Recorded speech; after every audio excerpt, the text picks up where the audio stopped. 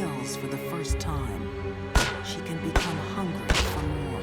Once this killing spree started, I don't think anyone around her was safe.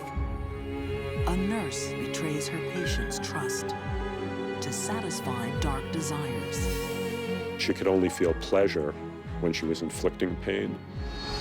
A shopaholic mixes trips to the mall with murder. She really enjoyed what she was doing. She got a thrill out of it.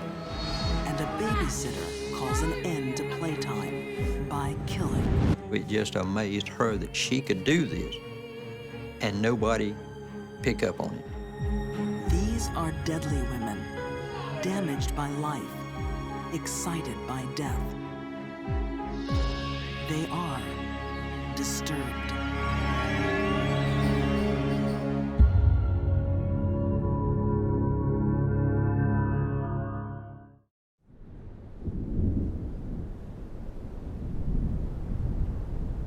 When a mind is disturbed, death and pleasure can become entwined.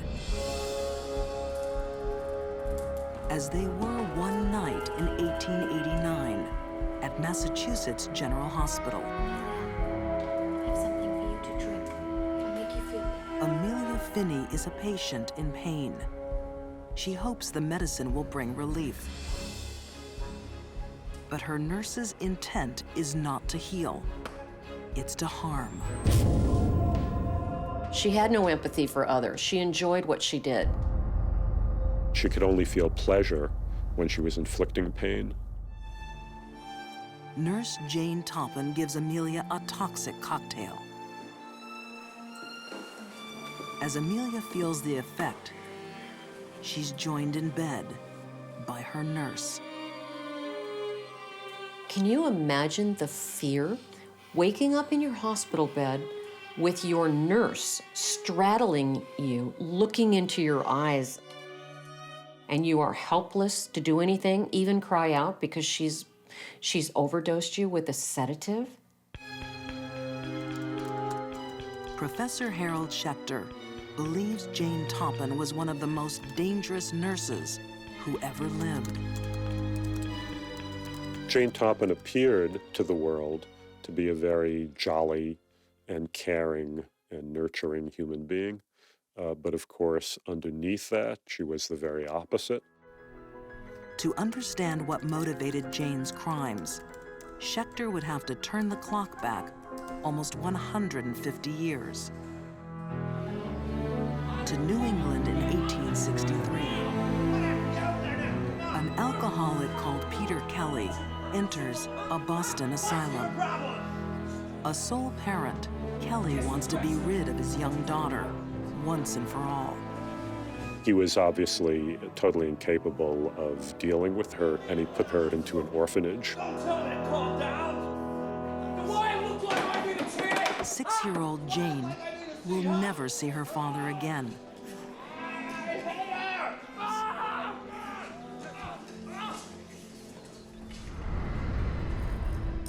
A well-to-do family later takes Jane in, but she is not treated as an equal. Well, she was taken into this family called the Toppans, but she was never formally adopted, even though she took their name. The Toppans have a daughter the same age as Jane. But while Elizabeth is lavished with affection and gifts, Jane is treated like a servant. What are you doing here? Go away. Finish sweeping. Jane feels excluded. Something in her mind is changing. Beautiful. She is becoming disturbed.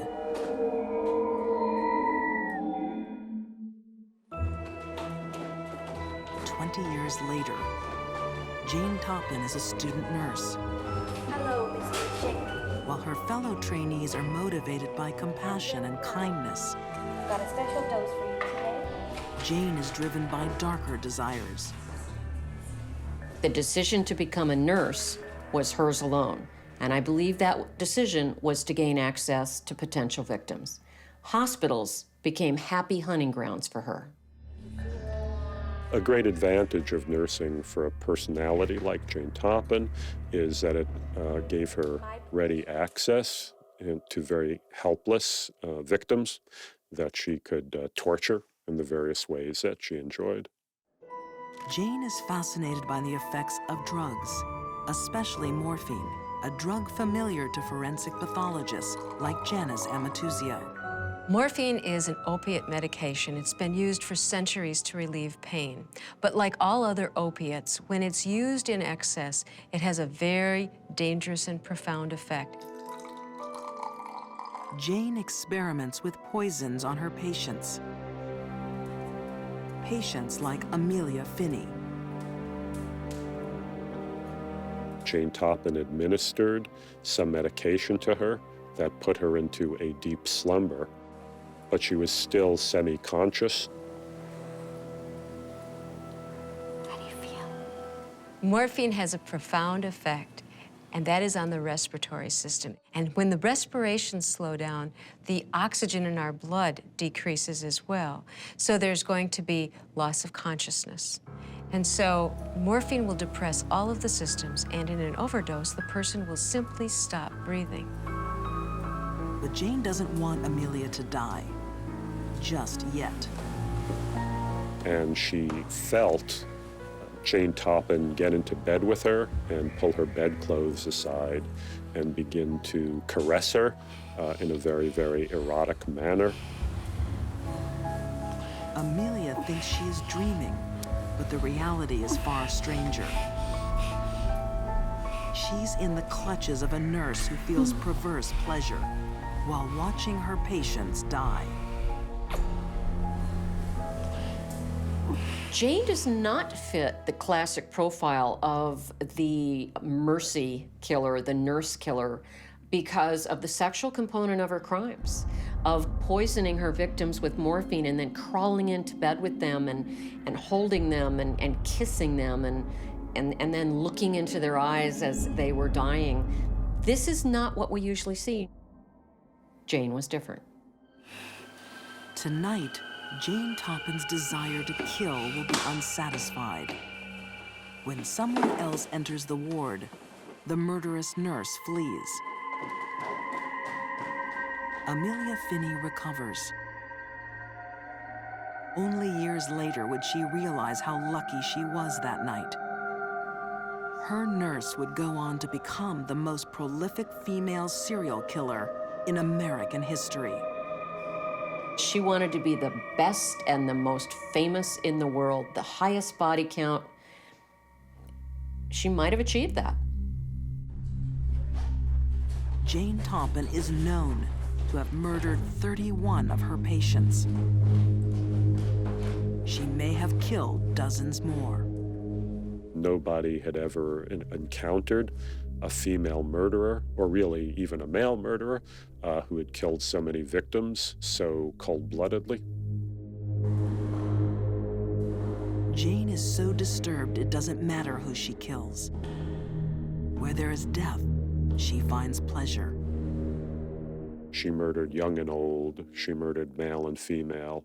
She murdered intimate friends and total strangers. Yet there is one person she wants to hurt more than any other. Thought I'd bring you some tea. Thank you, Jane. For 30 years, she watched her foster sister Elizabeth enjoy a life of happiness and privilege. A life Jane herself could only dream of. Now, the time is coming to make her pay.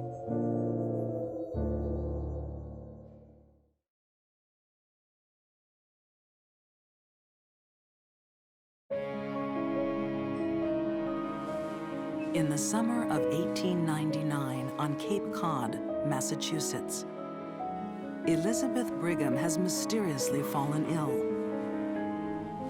Her foster sister Jane appears eager to nurse her back to health. She was a very, very successful private nurse. You know, people just thought that she was a very caring human being. But Jane Toppan is not what she seems. She will kill 31 people and become America's most prolific female serial killer. Her latest target, is her own foster sister. The primary motivation seems to have been this long simmering resentment of a foster sister who had always seemed to receive so much better treatment from life than she herself had. Go away. Finish sweeping. Jane's jealousy of Elizabeth begins in their childhood. I think about you so When much. Elizabeth marries a wealthy vicar, it intensifies. Once again, Jane feels left out. Psychopaths like Jane Toppan, who feel they've been horribly mistreated by the world from a very, very young age, grow up to feel the need to take revenge on the world in turn. For Jane, this revenge will be sweet and slow. Jane Toppan took a great deal of pleasure in prolonging the pain and suffering of her victims, really stretching it out over days and even weeks.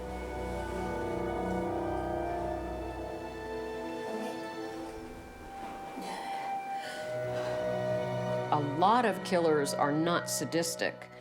Jane was. She actually derived pleasure seeing the pain that she had inflicted on others. That is sadism. Jane's sadism climaxes as Elizabeth takes her final breaths.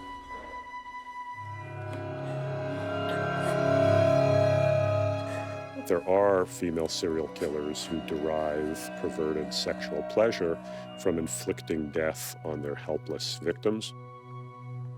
And Jane Toppan fell into that category.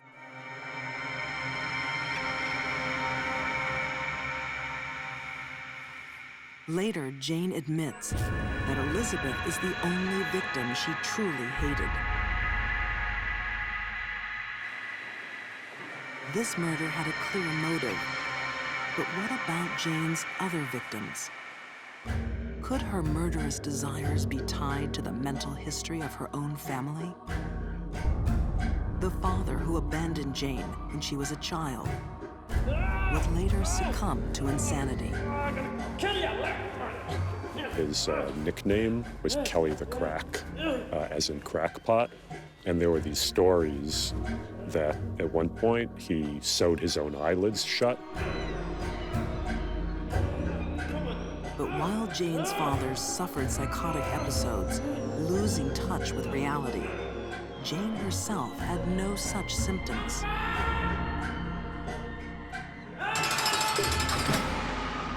Her father's act of trying to sew his own eyelids shut is indicative of a very, very severe mental disorder, either schizophrenia or bipolar psychosis. Both of those are inheritable, but I don't think Jane Toppan was insane. Not at all. Jane is clear-headed and calculated when she kills, making her all the more deadly. Serial killers like Jane Toppan, they have to murder more and more frequently in order to produce that rush of pleasure. Jane has been killing for 15 years. But when she's contracted to care for the Davis family, she takes her murder spree one step too far.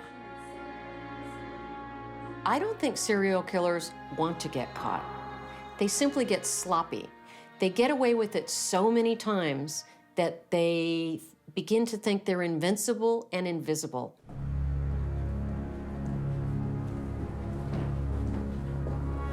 Jane is supposed to keep the Davises safe from harm. But one by one, over a period of 6 weeks, she kills them. She ended up wiping out this entire 4-member family, and that is what ultimately led to her discovery and arrest. The death of an entire family turns suspicion onto nurse Jane Toppan. She denies the killings, but under questioning by psychiatrists, she confesses in disturbing detail. Jane was the type of sociopath who liked to brag about what she did. I'm sure every time she bragged about what she did and it shocked people, including the board of Victorian doctors, that gave her even more of a thrill. Jane shows no remorse, the telltale sign of a sociopath.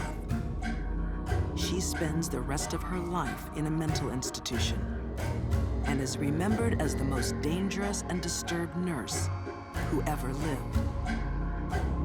We perceive nurses like Jane as these angels of mercy who will care for us and nurture us and bring us back to health. Jane Toppan, of course, was the very opposite of that. She was an angel of death.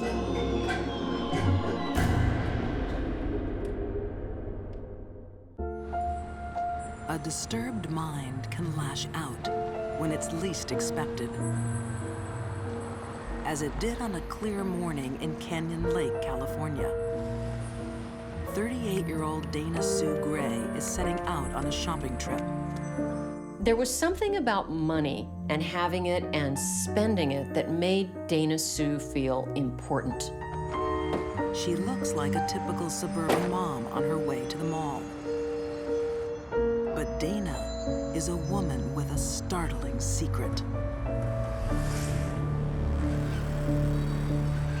She used ligature strangulation. She used bludgeoning. She used knives.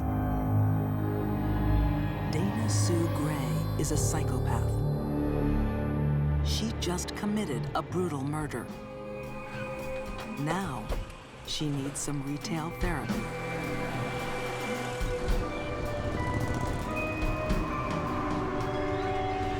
Detective Joe Greco will never forget the gruesome crime scene Dana Sue Gray left behind that day in 1994.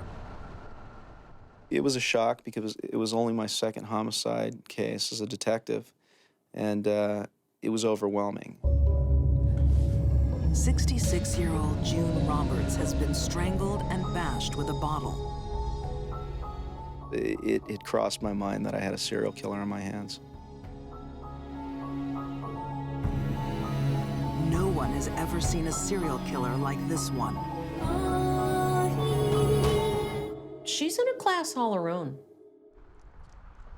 The killing spree begins 2 weeks earlier. Norma, are you there, dear? The community was very affluent, and they didn't have a lot of homicides. Norma. Alice Williams has not seen her neighbor, Norma Davis, for 2 days. Where are you, dear? She's concerned the 86-year-old has fallen ill. The reality is far worse. A neighbor came by and found her body. The neighbor was never the same after that. The brutality of the murder also shocks crime writer Kathy Braidhill. Norma has been stabbed. A fillet knife is buried to the hilt in her chest. The handle of another protrudes from her neck. The blade inserted so deep, it has almost severed Norma's head. We didn't have a lot of information. The only piece of evidence that we had was in the entryway of the condominium. Found a faint shoe print on the floor of the condominium, and it was a 6.5 size shoe. The shoe print would later be traced to a former nurse named Dana Sue Gray. Dana Sue Gray was in her mid-30s. She loved thrill sports. She loved rock and roll. As a young woman, Dana enjoyed skydiving. But increasingly, it's her personal life that's going into free fall. Dana's life right before the murders was chaotic. She had a lot of emotional setbacks. She had had a miscarriage.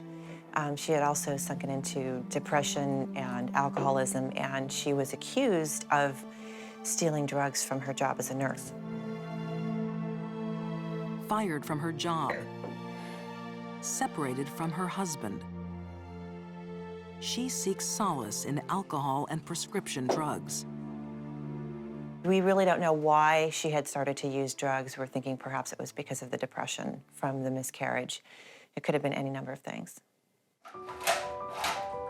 But when the drugs don't work, There is one thing guaranteed to make Dana Sue feel good. Spending, purchasing made Dana feel high. It reduced her anxiety. It became compulsive, and it got way out of control. Dana Sue is hundreds of thousands of dollars in debt. Her disturbed mind is becoming desperate. Desperate enough to kill. Once this killing spree started, she was clearly out of control. And I don't think anyone around her was safe. 2 weeks later, 66-year-old June Roberts answers a knock at the door. Hey, June, look, I was wondering if I could Recently widowed, June welcomes the visit by a family friend. Little does she know, she has admitted a killer into her home. A killer who leaves her boyfriend's 5-year-old son waiting outside. I think the fact that Dana Sue had her lover's 5-year-old boy in the car with her, waiting outside in the car while she went into these homes and killed these women, really speaks to the coldness and how little she thought that what she was doing was wrong.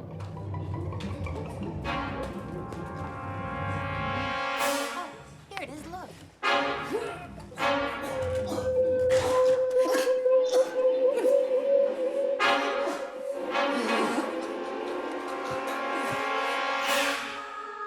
It was very brutal.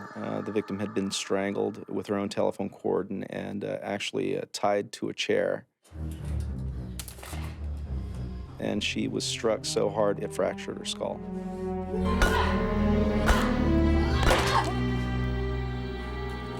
She used her hands and extreme violence to kill her victims.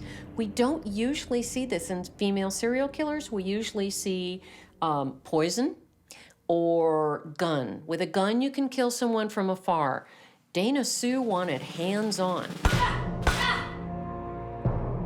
But perhaps just as shocking as the murders is what Dana chooses to do next. She didn't even go home after she killed these women and lay low for a while. She just needed to get to the mall. Canyon Lake, California, 1994. 38-year-old Dana Sue Gray is in the mood to be pampered. Dana was so meticulous about her appearance, and she always went to a salon for services, for manicures, pedicures, hair color, cotton color, all of that. Beauty treatments make Dana Sue Gray feel good. But lately, she's found another activity that gives her a thrill. Murder. Dana is halfway through a month-long killing spree. Her first stop after killing her second victim is the mall. What was taken from June was her checkbook and her credit cards, and right after the murders, Dana went out and she got a beauty treatment and she went shopping. She immediately went out and drained their bank accounts and used their credit cards on high-ticket items, hundreds and hundreds of dollars, with a little kid in tow, her boyfriend's little 5-year-old with her, thought nothing of it, thought nothing of it. Despite being hundreds of thousands of dollars in debt, Dana Sue is obsessed with spending money. Dana Sue's issues with money are reported to have existed when she was a girl. Her brother described this. She said, "I had to spend, it made me feel good." That the feeling wouldn't last, so the behavior became compulsive. She would repeat it to get the high again. Psychologists have a term for compulsive shopping: oniomania. But it is not the only reason Dana kills. Dana didn't take any rings from the victims or some valuables from the home that were obvious. So I don't think anything was motivated there by money. latest attack reveals more about Dana's motives. 2 weeks later, in Lake Elsinore, California, 57-year-old Dorinda Hawkins is working alone in an antique store. Dorinda was working at the time Dana had walked in and asked about picture frames. Just wondering how much this one is. This is actually $55. Do you do gift wrapping? Yes, we did. Give me a minute.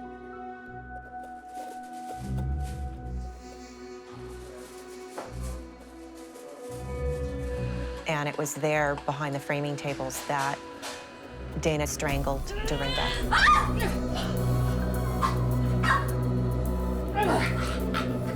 Dorinda was begging for her life when Dana was strangling her. And Dorinda told her, "You can have anything you want, take the cash. You know, I have 8 kids, just let me live." And Dana told her, "I'm not doing this for the money." She said that twice. And that really gives you an insight into what Dana was thinking when she was committing these crimes. Thinking Dorinda is dead, Dana Sue steals just $25 and flees. But Dorinda is still alive.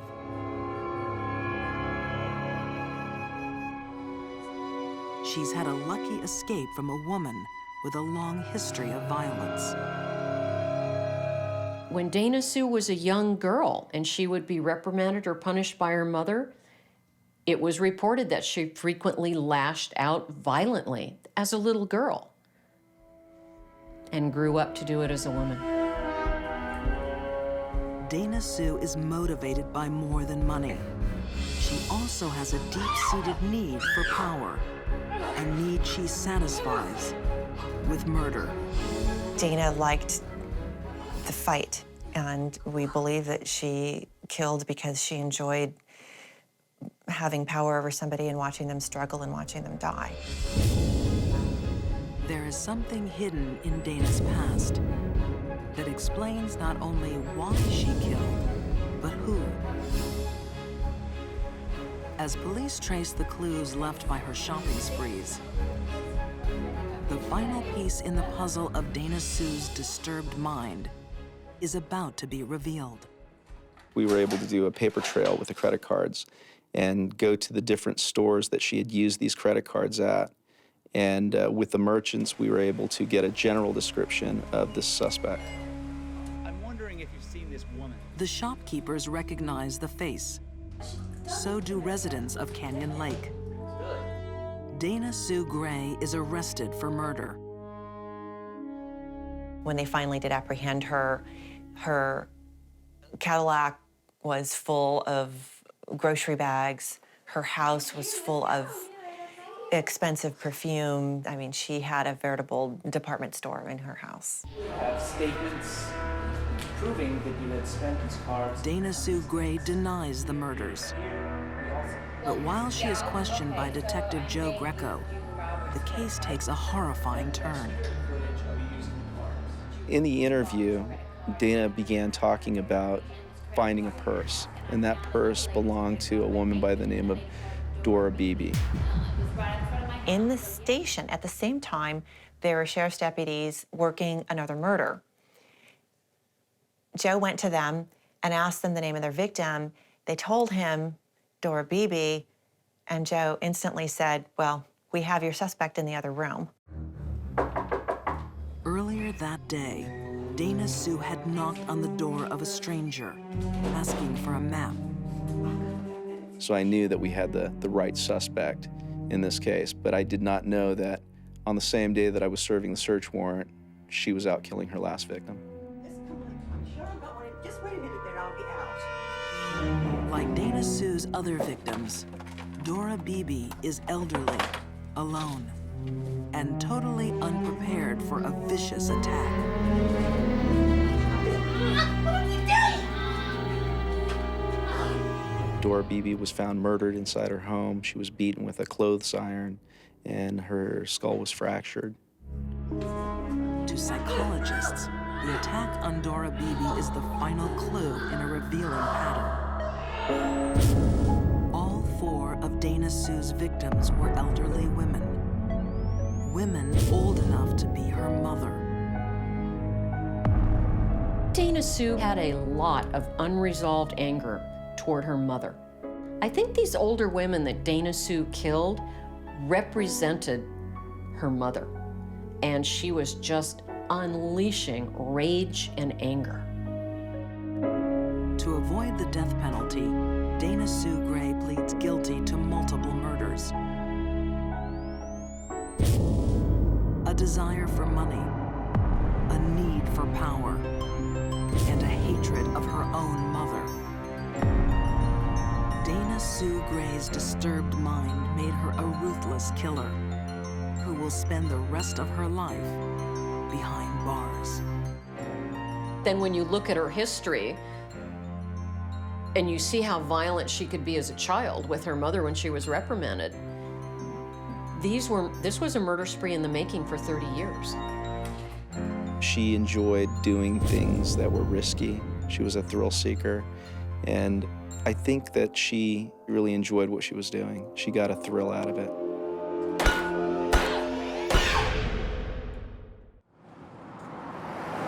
Human instinct demands we protect the young. But sometimes instinct is overruled by stronger impulses. A disturbed mind can transform a protector into a predator. Lakeland, Florida, 1980. 4-year-old Jeffrey Davis is getting to know his new babysitter. Christine Falling gets along well with the little boy. Jeffrey's mother believes she is leaving her son in safe hands. I think that she was doing a good job as far as, as taking care of the babies, But this babysitter's playful persona is hanging by a thread. A thread that is about to snap.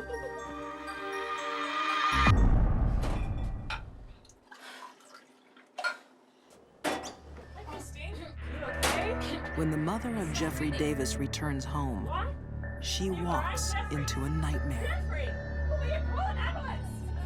Certainly it was a terrible blow for anyone to lose a child, especially, babies. Christine claims the boy simply stopped breathing. The autopsy blames a heart condition called myocarditis, a condition that is very rarely fatal. Now, myocarditis is really considered a cause of death only when everything else has been excluded. Jeffrey is not the first baby to die in Christine Falling's care. And he will not be the last.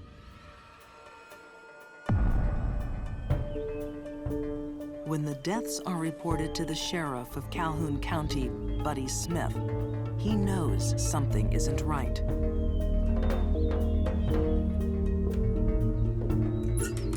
It was just a strange thing that all the babies that was in her care had died, and it was a mystery there for a good while. Many put the trail of dead down to bad luck or an unknown virus. No one dares to imagine that children are being murdered by their slow and apparently harmless babysitter. It seems that she had maybe a nice nature. Hey, Christine. Hey, Liz. How are ya? And people maybe thought, well, Christine couldn't possibly have done this. She's too slow. She's not maniacal. And so they ruled her out. Yet the seemingly gentle Christine Falling started killing early. Oftentimes when young children abuse small animals, it's acting out rage and frustration over something they can control. As a child, she would test if cats had 9 lives by dropping them from a great height. She grew up fairly poor. And families did not have good paying jobs and make a lot of money, you know. And I think probably from the beginning I had some problems.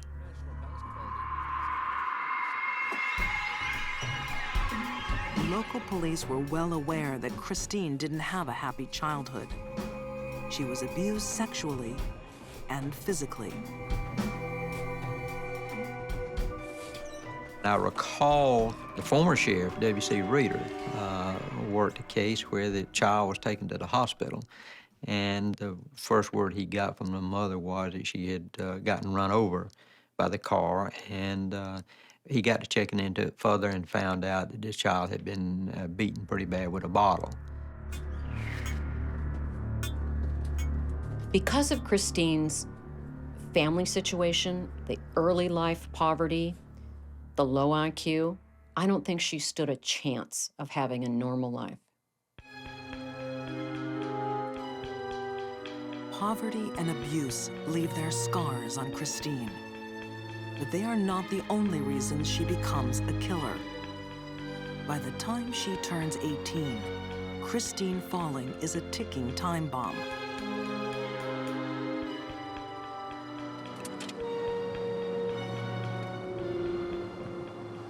Ready? 3 days after the death of Jeffrey Davis, Christine Falling is asked to babysit again. She will look after 2-year-old Joseph Spring while his parents attend a funeral. Say bye-bye. The funeral of Christine's previous victim. With her background and her educational background, she just did not have the ability, you know, to get out and get good jobs. And she just picked up jobs like babysitting. And she felt like, I guess, this was the only way she could maybe make some extra money and survive. Christine has a childlike quality that children find appealing. But it is not an act. She has below normal intelligence, making her disturbed mind deadly. People with very low IQs, such as Christine, tend to also have a low frustration level. And they will sometimes lash out in an irrational rage. When Joseph starts to cry, Christine feels her nerves fray. Then the voices start. Voices only Christine can hear. The voices are not usually very nice. They say horrible things, they suggest horrible things. Auditory hallucinations are a symptom of a well-known psychiatric condition. Schizophrenia is a disorder of thoughts and thinking, and it's very difficult, if not impossible, for the schizophrenic to know if the voice is real or not. Shush!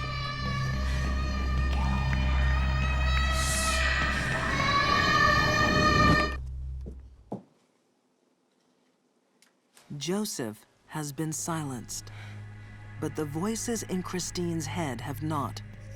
Soon, they will instruct her to kill again.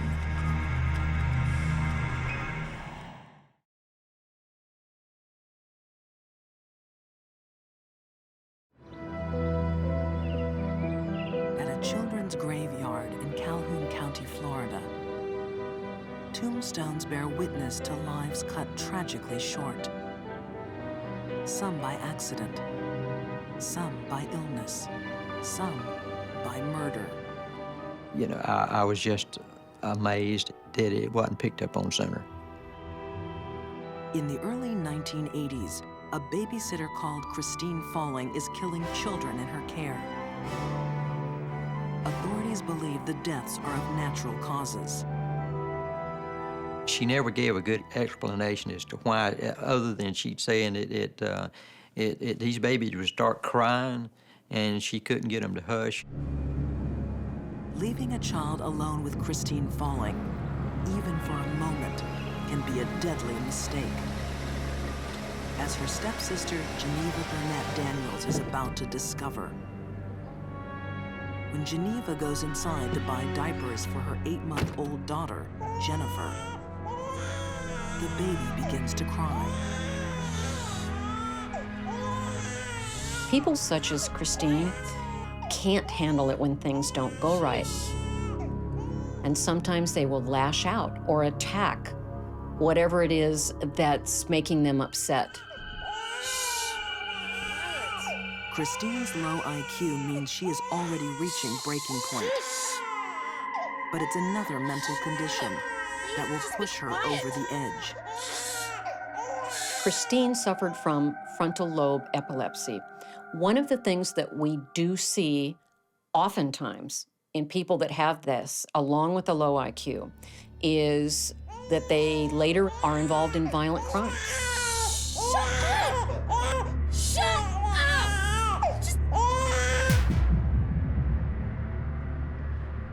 Like Christine's other killings, this one leaves no trace. Sometimes smothering may leave no clues whatsoever, particularly if smothering, which is blockage of the airways, is caused by placing something loose or fluffy, such as a soft blanket or a pillow loosely over the mouth and nose. It may leave very few clues.